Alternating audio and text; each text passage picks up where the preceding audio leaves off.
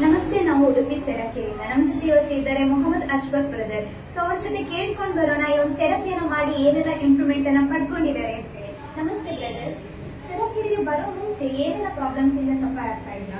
ನನಗೆ ಹೊಟ್ಟೆಗೆ ಅಂತ ಇತ್ತು, ಅದರಲ್ಲಿ ಲ್ಯಾಪ್ಟಾಪ್ ಇಂದ ಜಾಸ್ತಿ ನೋಡಿದ್ರೆ ಆ ಹೊಟ್ಟೆಗೆ ಒಂದು ಬರ್ತದೆ.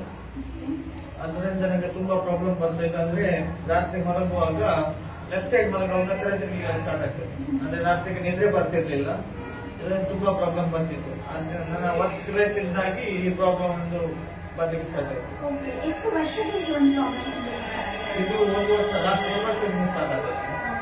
ಇದರಿಂದ ತುಂಬಾ ಪ್ರಾಬ್ಲಮ್ ಆಯ್ತು. ನಂಗೆ ರಾತ್ರಿ ಮಲಗುವಾಗ ಲೆಫ್ಟ್ ಸೈಡ್ ಮಲಗುವಾಗ ಅಂದ್ರೆ ತಲೆ ಸ್ಟಾರ್ಟ್ ಆಯ್ತು. ಮತ್ತೆ ವರ್ಕ್ ಕೂಡ ಮಾಡುವಾಗ ಆಗ್ತಿರ್ಲಿಲ್ಲ. ಈ ಒಂದು ಥೆರಪಿಯನ್ನು ಮಾಡಿ ಏನಾದ್ರು ಇಂಪ್ರೂವ್ಮೆಂಟ್ ಪಡ್ಕೊಂಡಿದ್ದೀರಾ? ಇದು ಥೆರಪಿಯಿಂದಾಗಿ ಲಾಸ್ಟ್ 1 ಮಂತ್ ಇಂದ ನಾನು ಲೆಫ್ಟ್ ಸೈಡ್ ಮಲಗಬಹುದು, ಮತ್ತೆ ರಾತ್ರಿ ನಿದ್ರೆ ಕೂಡ ಬರ್ತಾ ಇದೆ. ಇದರಿಂದ ತುಂಬಾ ಇಂಪ್ರೂವ್ಮೆಂಟ್ ಆಗಿದೆ. ನಿಮಗೆ ಸೆರಕೆರೆ ಇನ್ಫಾರ್ಮೇಶನ್ ಹೇಗೆ ಗೊತ್ತಾಯ್ತು? ಈ ಸೆರಕೆರೆ ನನ್ನ ತಂದೆ ಲಾಸ್ಟ್ 1 ವೀಕ್ ಇಂದ ಹೋಗ್ತಿದ್ದೆ. ಅವ್ರು ಹೇಳಿದ್ರು ಇಲ್ಲಿ ತುಂಬಾ ಇಂಪ್ರೂವ್ಮೆಂಟ್ ಇದೆ, ಒಂದ್ಸಲಿ ಬಂದು ನೋಡು ಅಂತ. ಅದಕ್ಕೆ ಅವರಿಗೆ ಏನ್ ಪ್ರಾಬ್ಲಮ್ಸ್ ಇತ್ತು? ಅವ್ರಿಗೆ ಕಾಲದ ನರದ ಪ್ರಾಬ್ಲಮ್ ಇತ್ತು, ನಡಿಲಿಕ್ಕೆ ಆಗ್ತಿರ್ಲಿಲ್ಲ. ಅದರಿಂದಾಗಿ ಅವರ ಯಾರ ಫ್ರೆಂಡ್ ಅವರ ಸಜೆಸ್ಟ್ ಮಾಡಿದ್ರು ಇಲ್ಲಿಗೆ ಬನ್ನಿ ಅಂತ. ಅವ್ರು ಲಾಸ್ಟ್ 1 ವೀಕ್ ಇಂದ ಬರ್ತಿದ್ರು. ಅವ್ರಿಗೆ ತುಂಬಾ ಇಂಪ್ರೂವ್ಮೆಂಟ್ ಆಯ್ತು. ಅದಕ್ಕೆ ಹೇಳಿದ್ರು ನೀನು ಕೂಡ ಬಾ ಅಂತ. ಅದಕ್ಕೆ ನಾನು ಕೂಡ ಬರ್ತಿದ್ದೆ. ನಿಮ್ಮ ಈ ಒಂದು ಪ್ರಾಬ್ಲಮ್ಸ್ ಗೆ ನೀವು ಮುಂಚೆ ಹೊರಗಡೆ ಮೆಡಿಸಿನ್ ಮಾಡಿದ್ದೀರಾ? ಲಾಸ್ಟ್ 6 ತಿಂಗಳಿಂದ ಸ್ಕ್ಯಾನಿಂಗ್ ಎಲ್ಲ ಮಾಡಿದ್ದೇವೆ. ಡಾಕ್ಟರ್ ಹತ್ರ ಮೆಡಿಸಿನ್ ಕೂಡ ತಗೊಳ್ತಿದ್ದೆ. ಆದ್ರೆ ಒಂದು ವಾರ ಮೆಡಿಸಿನ್ ತಗೊಳ್ಳುವಾಗ ಕರೆಕ್ಟ್ ಆಗ್ತಿತ್ತು, ಪುನಃ ಅದೇ ರೀತಿ ಸ್ಟಾರ್ಟ್ ಆಗ್ತಿತ್ತು. ತುಂಬಾ ಪ್ರಾಬ್ಲಮ್ ಬರ್ತಿದೆ ಇದರಲ್ಲಿ. ನೀವು ಈ ಒಂದು ಥೆರಪಿಯನ್ನು ಮಾಡೋಕ್ಕಿಂತ ಮುಂಚೆ ನಿಮಗೆ ನಂಬಿಕೆ ಇತ್ತಾ? ಹೌದು, ನಂಬಿಕೆ ಇತ್ತು. ಎಲ್ಲಿ ಕೂಡ ಆಗ್ತಿರ್ಲಿಲ್ಲ. ಕೆಲವು ಯೂಟ್ಯೂಬ್ ನಲ್ಲಿ ವಿಡಿಯೋ ಎಲ್ಲ ನೋಡಿದೆ. ಕೆಲವು ತುಂಬಾ ಜನದ ಪ್ರಾಬ್ಲಮ್ ಎಲ್ಲ ಸಾಲ್ವ್ ಆಗಿದೆ. ನಾವು ಕೂಡ ಬಂದು ನೋಡುವ ಅಂತ ಇಲ್ಲಿಗೆ ಬಂದದ್ದು. ಸೆರಕೆರೆ ಜರ್ನಿ ನಿಮಗೆ ಹೇಗೆ ಅನಿಸ್ತು? ಏನ್ ಹೇಳಲಿಕ್ಕೆ ಇಷ್ಟಪಡ್ತೀರಾ? ಅದೇ ಅಂದ್ರೆ ನಮ್ಮ ಲೈಫ್ ಸ್ಟೈಲ್ ತುಂಬಾ ಕೆಟ್ಟದಾಗಿತ್ತು. ಅಂದ್ರೆ ಆಫೀಸ್ಗೆ ಹೋಗುದು, ಮಧ್ಯಾಹ್ನ ಊಟ, ಪುನಃ ಆಫೀಸ್ ಇಂದ ಬರೋದು, ಮಲಗುದು, ಎಕ್ಸರ್ಸೈಸ್ ಇಲ್ಲ.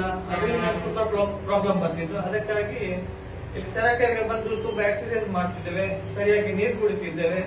ಅದರಿಂದ ನಿಮ್ಮ ಈ ಒಂದು ಲೈಫ್ ಸ್ಟೈಲ್ ಇಂದ ಈ ಒಂದು ಪ್ರಾಬ್ಲಮ್ಸ್ ಬಂತು ಅಂತ ಹೇಳಿದ್ರೆ, ಹಾಗಿದ್ರೆ ಈ ಒಂದು ಯಂಗ್ ಜನರೇಷನ್ ಗೆ ಈ ಒಂದು ಥೆರಪಿ ಅಗತ್ಯ ಇದೆಯಾ? ಹೌದು, ಯಾಕಂದ್ರೆ ಈಗಿನ ಜನರೇಷನ್ ಅವರು ಜಾಸ್ತಿಯಾಗಿ ಹೊರಗೆ ಹೋಗ್ತಾರೆ. ಮನೆಯ ಆಹಾರ ಸಿಗುವುದಿಲ್ಲ.